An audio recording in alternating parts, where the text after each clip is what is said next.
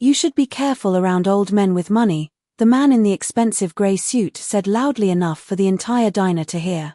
"Women like you always expect something in return." The spoon in my hand froze for half a second above the coffee cup before I gently set it down on the saucer.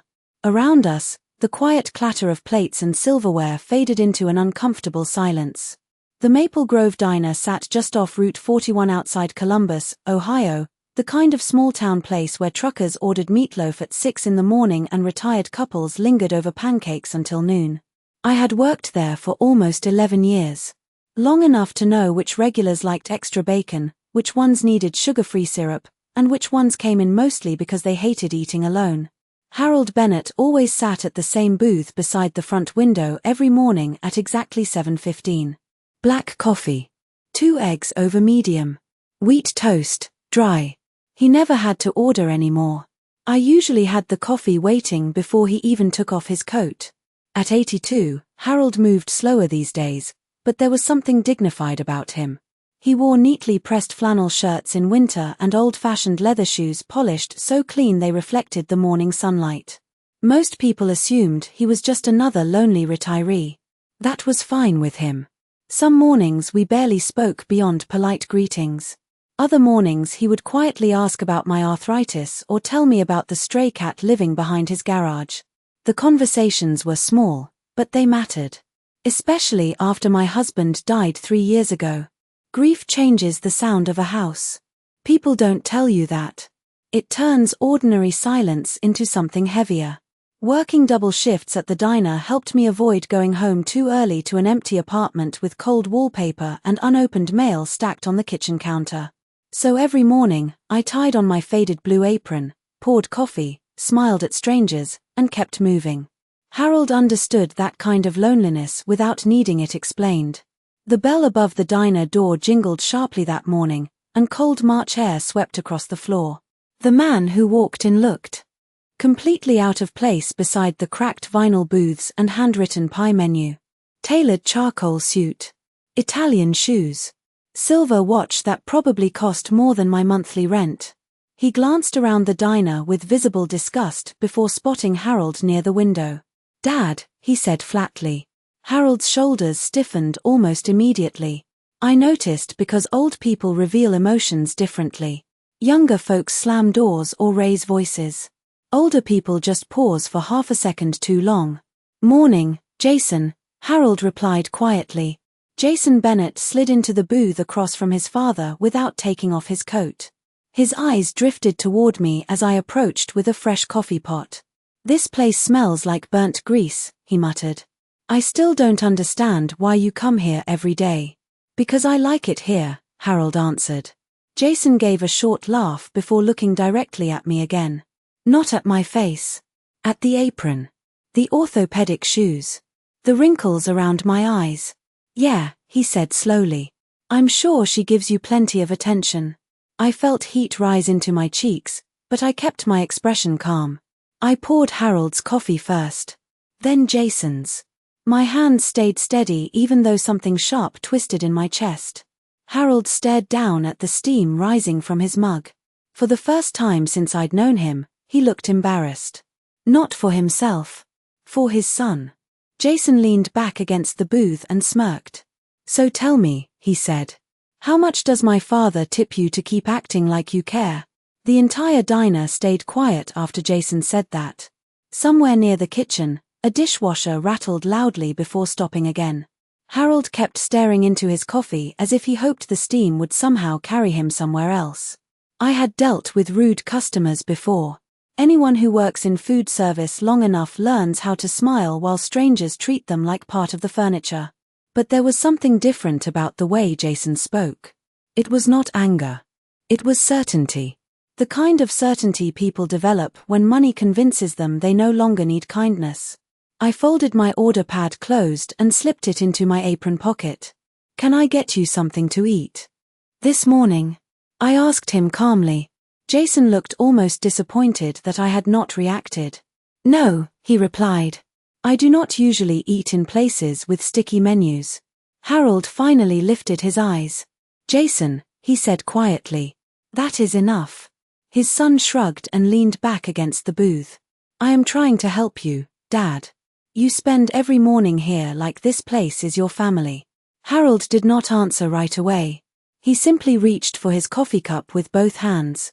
I noticed then that his fingers were trembling slightly. Age does that sometimes. Not weakness exactly. More like the body slowly reminding you it cannot carry everything forever. I walked toward the counter to refill another customer's mug, but I could still hear Jason talking from across the diner. He was not shouting. Somehow that made it worse. You know what people think when they see this, he continued. An old man alone every day with a waitress who suddenly acts interested in his stories. One of the truck drivers sitting near the window lowered his newspaper and frowned. Even Denise, our cook, peeked through the kitchen window with flour still on her hands. Harold placed his cup down carefully. Eleanor has been kind to me, he said. That is all. Jason laughed under his breath. Nobody does anything for free anymore. I carried a plate of biscuits and gravy to another booth before returning to the coffee station. My chest felt tight, but years of surviving hard things had taught me something important. Dignity is often quieter than humiliation. Loud people expect a performance. Tears. Anger. Embarrassment. I had none to give him. Outside the diner windows, freezing rain had started falling across the parking lot. The grey sky pressed low over the highway, making everything look tired and cold. Harold slowly reached into his wallet and placed a $20 bill beneath his coffee cup. Jason noticed immediately. Dad, he snapped. Seriously? Harold looked up at him with an expression I could not fully read. Sadness, maybe. Or disappointment that had been growing for years. A person should never leave kindness unpaid, he said softly. Jason shook his head and stood from the booth. You are being manipulated. He pulled on his leather gloves and glanced toward me one last time. Women like her know exactly what they are doing. Then he walked out into the rain without waiting for his father.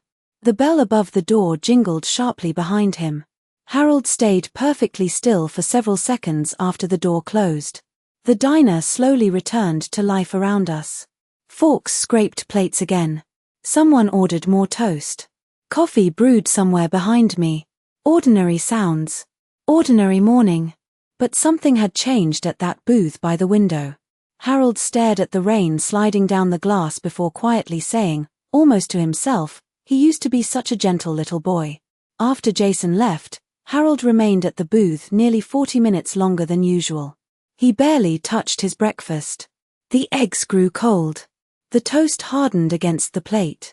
Every now and then he glanced toward the rain outside as if searching for something through the grey blur covering the highway. I kept myself busy wiping counters and refilling sugar dispensers, giving him the kind of silence older people often need more than conversation.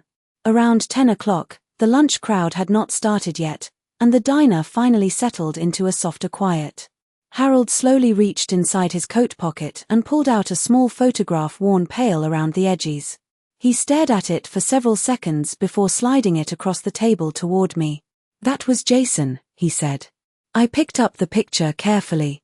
A little blonde boy stood beside a fishing dock holding a crooked bluegill almost as long as his arm. Maybe 8 years old. Freckles across his nose. Huge smile. He was adorable, I said gently. Harold nodded once. His mother used to say he smiled before he could even walk. Something in his expression shifted then. Not dramatic. Just tired in a way that looked older than 82. After my wife died, he continued quietly, something changed in him. I sat down across from him for the first time since I had known him. The diner was nearly empty anyway. Denise was in the back making soup for lunch, and the truck drivers had already gone. Harold folded his hands together on the table. Success hardens some people, he said. Especially when they confuse money with worth. I looked toward the rain-streaked window. Maybe he worries about you, I offered. Harold gave a faint smile that did not reach his eyes. No, he replied softly. Jason worries about losing control. The words hung between us for a moment. Outside, a semi-truck rolled past spraying water across the road. Somewhere in the kitchen, An old country song crackled through the radio speakers. Harold leaned back slowly against the booth cushion. "Do you know why I come here every morning, Eleanor?" I shook my head. "Because nobody here asks me for anything." His voice stayed calm, but the sadness underneath it felt enormous. "At home, every conversation is about investments, doctors, properties, trusts. Here, you ask whether I want more coffee." I looked down at the photograph again before carefully sliding it back toward him. "Sometimes people forget that older folks still notice how they are treated," I said. Harold stared at me for a second longer than usual. Then he smiled softly. "Exactly." Near noon, the rain finally stopped. Thin sunlight pushed through the clouds and lit the diner windows with a pale golden glow. Harold stood slowly from the booth, reaching for his cane. I noticed how stiff his knees had become over the winter. Age arrives quietly at first. Then one day even standing up looks exhausting. I grabbed his coat from the rack beside the counter and helped him slip it on. "Thank you, Eleanor," he said. "For what?" He looked around the diner before answering. "For treating me like I still matter." I felt something tighten painfully in my chest. Before leaving, Harold placed another folded bill beneath the coffee cup. Much more than the breakfast cost. I immediately shook my head. "Harold, this is too much." But he gently closed my hand around the money. "No," he said quietly. "It is not enough." Then he walked slowly toward the door, pausing only once beneath the little brass bell hanging overhead. "I have a feeling," he said without turning around, "that things are about to become very unpleasant." Harold did not come to the diner the next morning. At first, I told myself it meant nothing. Older people had appointments, doctors, pharmacy runs, bad weather aches that settled into their joints overnight. Still, when the bell above the diner door rang at exactly 7:15 and a young couple walked in instead of Harold, something inside me dropped quietly. I poured their coffee anyway and kept moving. By noon, I had checked the front window more times than I wanted to admit. The next morning, his booth stayed empty again. The sunlight stretched across the cracked vinyl seat untouched, lighting the little sugar caddy Harold always straightened before leaving. I caught myself pouring his coffee automatically before realizing what I had done. Denise noticed immediately. "You are worried about him," she said while slicing tomatoes behind the counter. "I am not worried," I answered too quickly. She gave me a look over the rims of her glasses. Small towns teach people how to notice things without asking questions. By the fourth day, even the regular customers started glancing toward the empty booth. One of the truckers finally asked, "Where is your old friend?"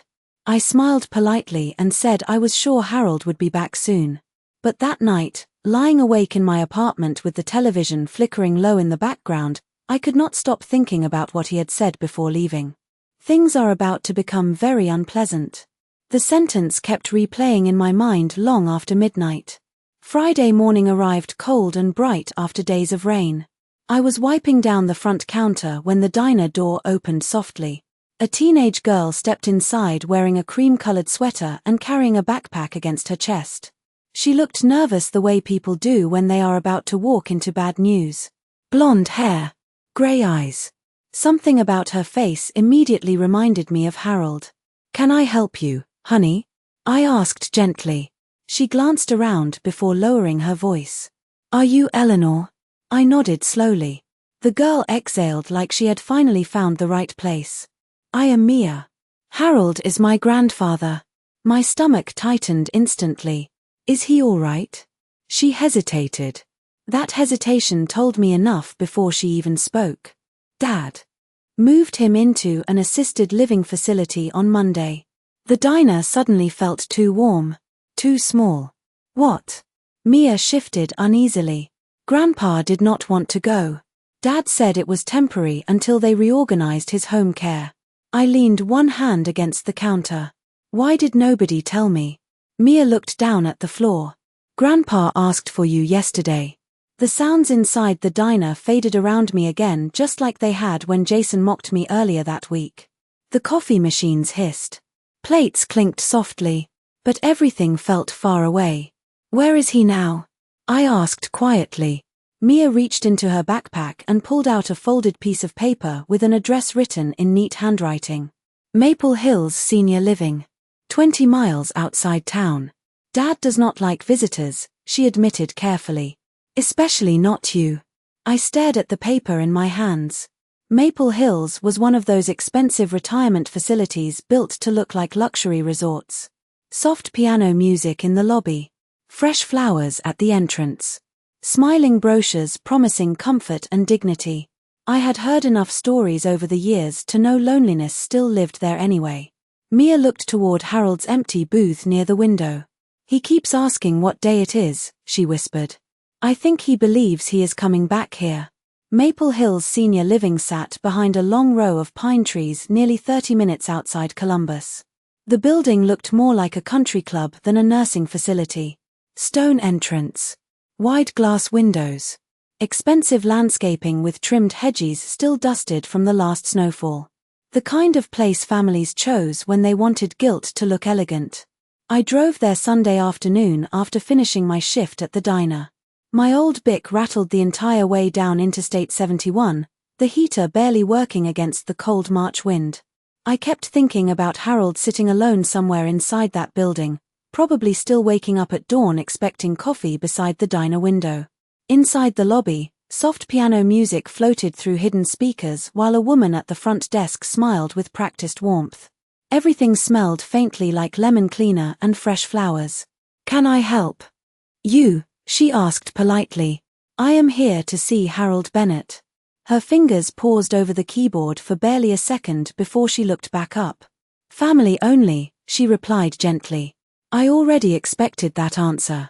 Please just tell him Eleanor from Maple Grove came. Something changed in her expression then. Recognition, maybe. One moment. She disappeared down a hallway lined with framed watercolor paintings and returned several minutes later. Room 214, she whispered quietly. But do not stay too long. Harold looked smaller somehow when I stepped into the room. Not physically smaller. Just dimmer. The sunlight filtering through the blinds painted pale stripes across his sweater as he sat near the window in a high-backed chair. A television played silently in the corner while untouched soup cooled on a tray beside him. For a second he simply stared at me as if he thought I might not be real. Then his entire face softened. Eleanor, he breathed quietly. I smiled and walked closer. You disappeared on me. He gave a faint laugh that quickly faded. Apparently I am too old to live in my own house now. The sadness in his voice landed harder than anger would have. I pulled up the chair beside him. Mia told me what happened. Harold looked toward the closed door before lowering his voice. Jason said I needed supervision. His hands rested weakly against the blanket across his knees. Funny thing is, I managed perfectly fine until he started supervising me. I noticed a cardboard box sitting near the closet filled with folded clothes, framed photographs, and books stacked carelessly together. Pieces of a life reduced to storage. Do you like it here? I asked gently. Harold took a long time answering. Finally he looked out the window toward the parking lot below. Every hallway smells like people waiting, he said softly. The sentence settled deep in my chest. Down the corridor, I could hear a television game show playing loudly from another room. Someone laughed. Someone else coughed. The sounds echoed strangely through the building. Harold reached slowly into his cardigan pocket and pulled out a tiny brass key attached to a faded red tag. I need you to keep this for me, he said. I frowned slightly. Harold, please. His voice sharpened just enough to stop me. Safety deposit box at Franklin Trust Bank downtown. I stared at the key resting in his trembling hand. Why me? Harold smiled sadly. Because kindness reveals character better than blood does. Before I could answer, the door suddenly opened. Jason stood there holding car keys in one hand, his expression turning cold the instant he saw me sitting beside his father. The room turned silent the moment Jason saw me beside his father's chair. He closed the door carefully behind him, but there was tension in the way he held his jaw. Expensive people often learn how to hide anger beneath polished manners. I thought I made myself clear, he said calmly. Harold straightened slightly in his chair. You do not own my visitors, Jason. His son ignored him completely and kept his eyes fixed on me. I do not know what game you are playing here, he said, but my father is vulnerable right now. I stood slowly from the chair beside the window. I came because your granddaughter told me he asked for me.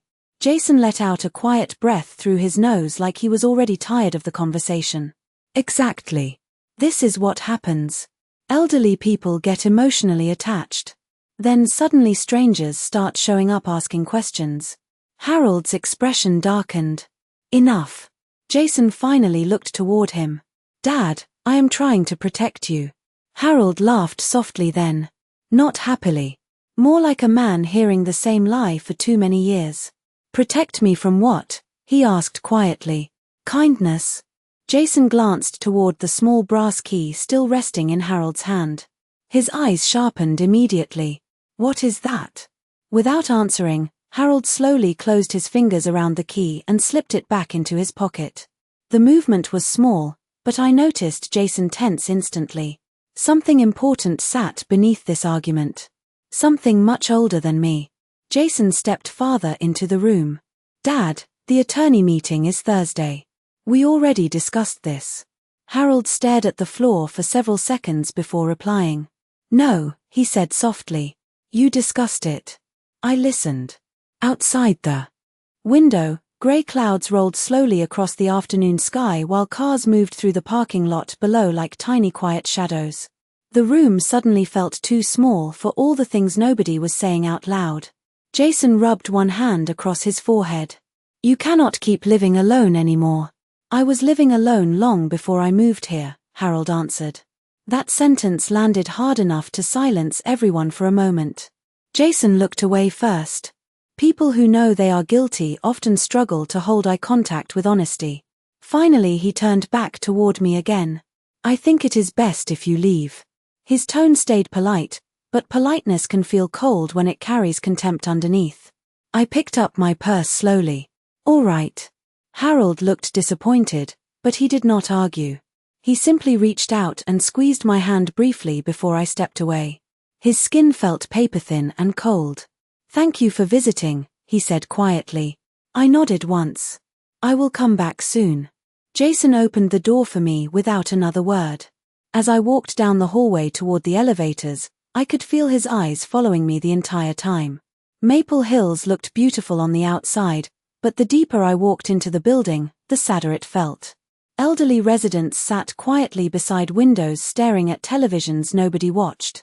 A woman pushed a walker down the hallway so slowly it looked like time itself had nearly stopped moving around her. Near the lobby, I paused beside a large framed photograph showing smiling seniors playing cards beneath bright summer sunshine. Everything carefully staged. Everything carefully comforting. But I kept thinking about Harold sitting alone upstairs with untouched soup growing cold beside him. When I stepped outside into the parking lot, the wind hit my face sharply. I reached into my coat pocket for my car keys and froze. Folded carefully between my fingers was the tiny brass key with the faded red tag. Harold must have slipped it into my pocket while squeezing my hand goodbye. For 2 days, I carried the brass key in my apron pocket without telling anyone. Every time I reached for my order pad or a pen, my fingers brushed against the cold metal. Harold trusted me with something important. That much was obvious now. The question was why. Friday morning arrived with pale sunlight stretching across the diner windows while the breakfast crowd shuffled in wearing heavy jackets against the lingering Ohio cold. Harold's booth remained empty again. I still caught myself glancing toward it every few minutes.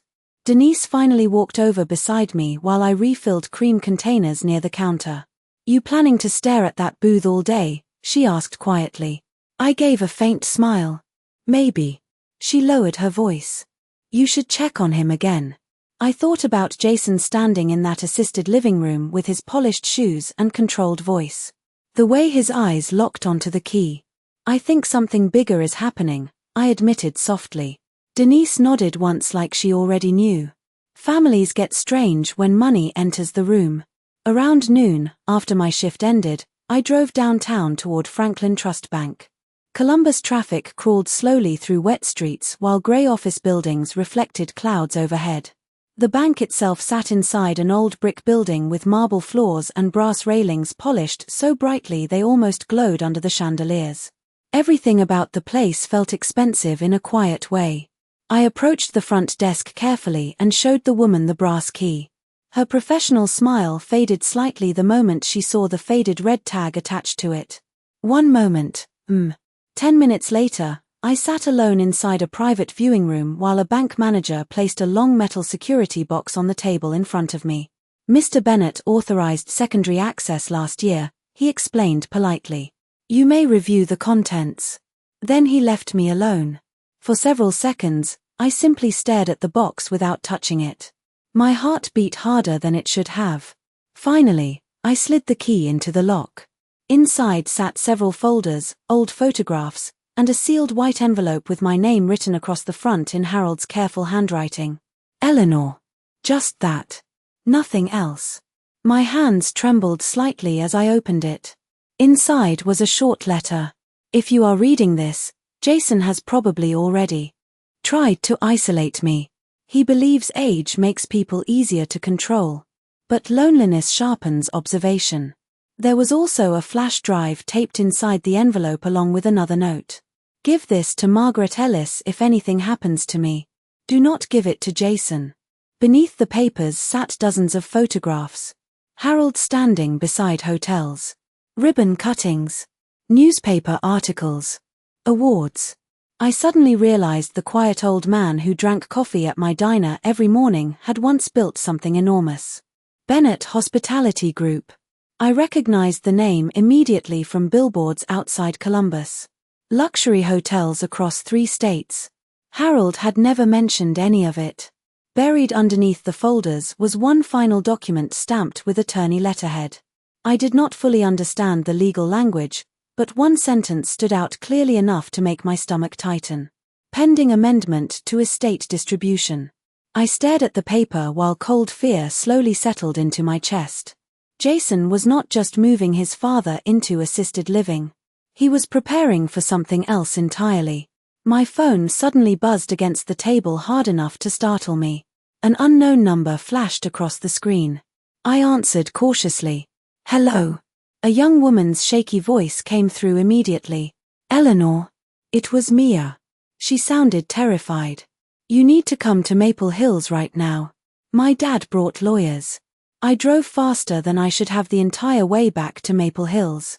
The sky had already darkened into that cold blue-gray color Ohio gets before evening storms, and traffic lights blurred past while Mia's frightened voice kept replaying in my head.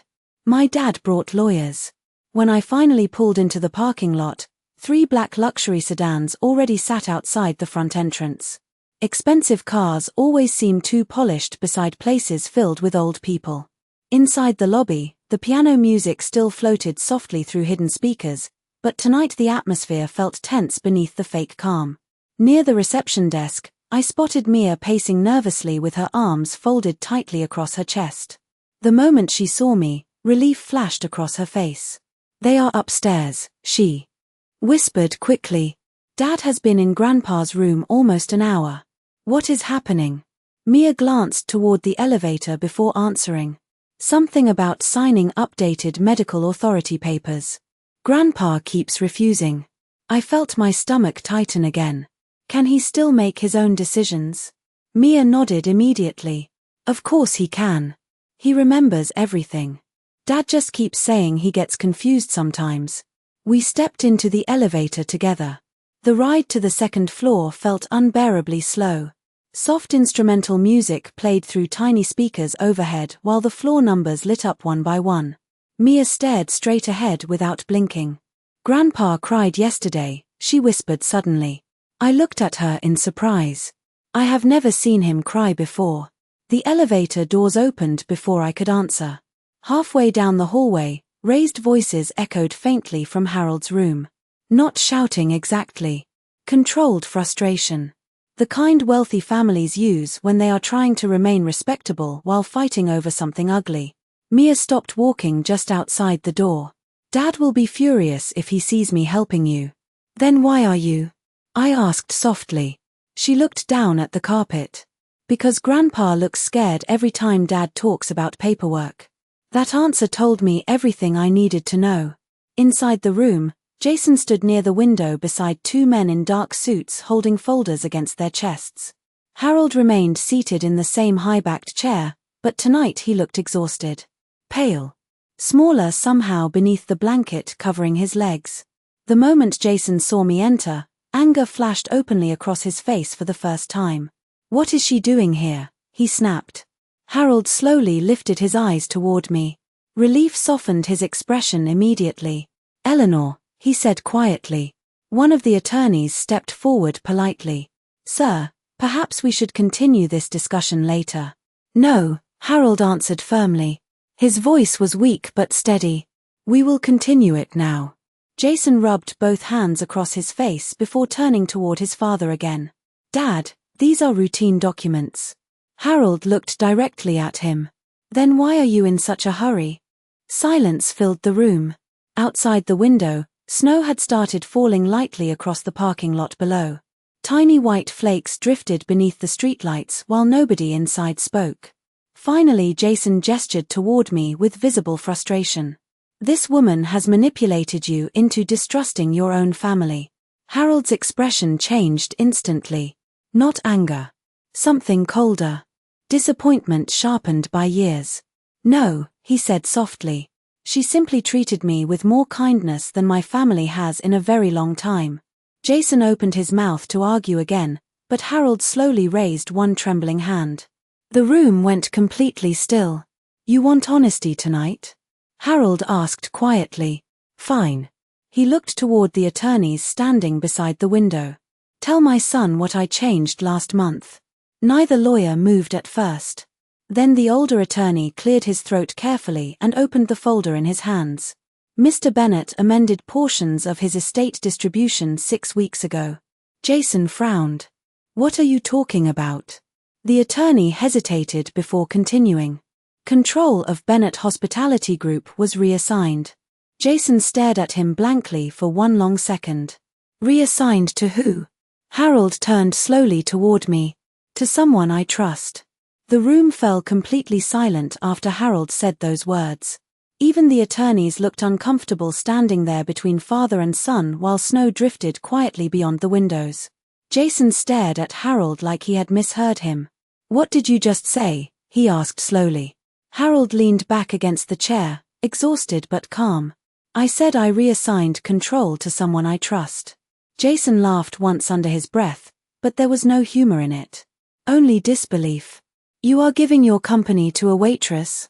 I immediately shook my head. "No. Absolutely not. Harold, I never asked for anything." Harold turned toward me gently. "I know." That answer somehow carried more weight than anything else spoken that night. The older attorney adjusted his glasses nervously before opening the folder again. "Mr. Bennett established a charitable management trust 6 weeks ago," he explained carefully. "Primary oversight remains with the board, but operational voting authority transfers through an independent trustee arrangement." Jason looked furious now. "Who approved this?" "I did," Harold replied quietly, "while I was still perfectly capable of making decisions." Jason stepped closer toward his father. "This is insane." Harold did not flinch. "No. What is insane is realizing strangers treated me with more dignity than my own family." The sentence hit harder than shouting ever could have. Mia stood frozen beside the doorway with tears filling her eyes while the attorneys avoided looking directly at anyone. I still could not fully process what was happening. "Harold," I said softly, "I cannot run a hotel company." A faint smile touched the corners of his mouth. "That is exactly why I chose you." Jason turned sharply toward me. "Do not stand there pretending you are innocent." For the first time since meeting him, I looked directly back without lowering my eyes. "I served your father breakfast," I answered quietly. "That is all." Jason opened his mouth again, but Harold interrupted him with surprising firmness. "No, Jason. She listened to me. She respected me. She treated me like I was still a human being after everyone else started treating me like paperwork." The room stayed still after that. Heavy. Honest. Outside, snow continued falling softly across the dark parking lot while Harold slowly reached for the glass of water beside him. His hands shook badly now. Age was catching up to him faster than before. Suddenly he looked very tired. "I built Bennett Hospitality from one roadside motel outside Dayton," he said quietly. 43 years of work. "And do you know what I learned?" Nobody answered. Harold looked toward the window. "People always remember how you made them feel." Jason's face slowly hardened into something colder than anger. "Hurt pride. You are humiliating me in front of strangers." Harold turned back toward him with deep sadness in his eyes. "No," he said softly. "You did that to yourself." One of the attorneys finally cleared his throat carefully. "Mr. Bennett also requested immediate reinstatement of unrestricted visitation rights." Jason looked away sharply. The older lawyer continued. "Additionally, any future medical authority changes now require independent review." Mia quietly covered her mouth with one hand while relief washed across her face. Harold had known exactly what was happening all along. He had simply waited. Jason stared at the documents for several seconds before grabbing his coat from the chair near the wall. "You are making a mistake," he muttered. Harold nodded slowly. "Maybe. But at my age, I would rather make mistakes around kindness than greed." Jason walked out without another word. The door closed behind him softly. No dramatic exit. No shouting.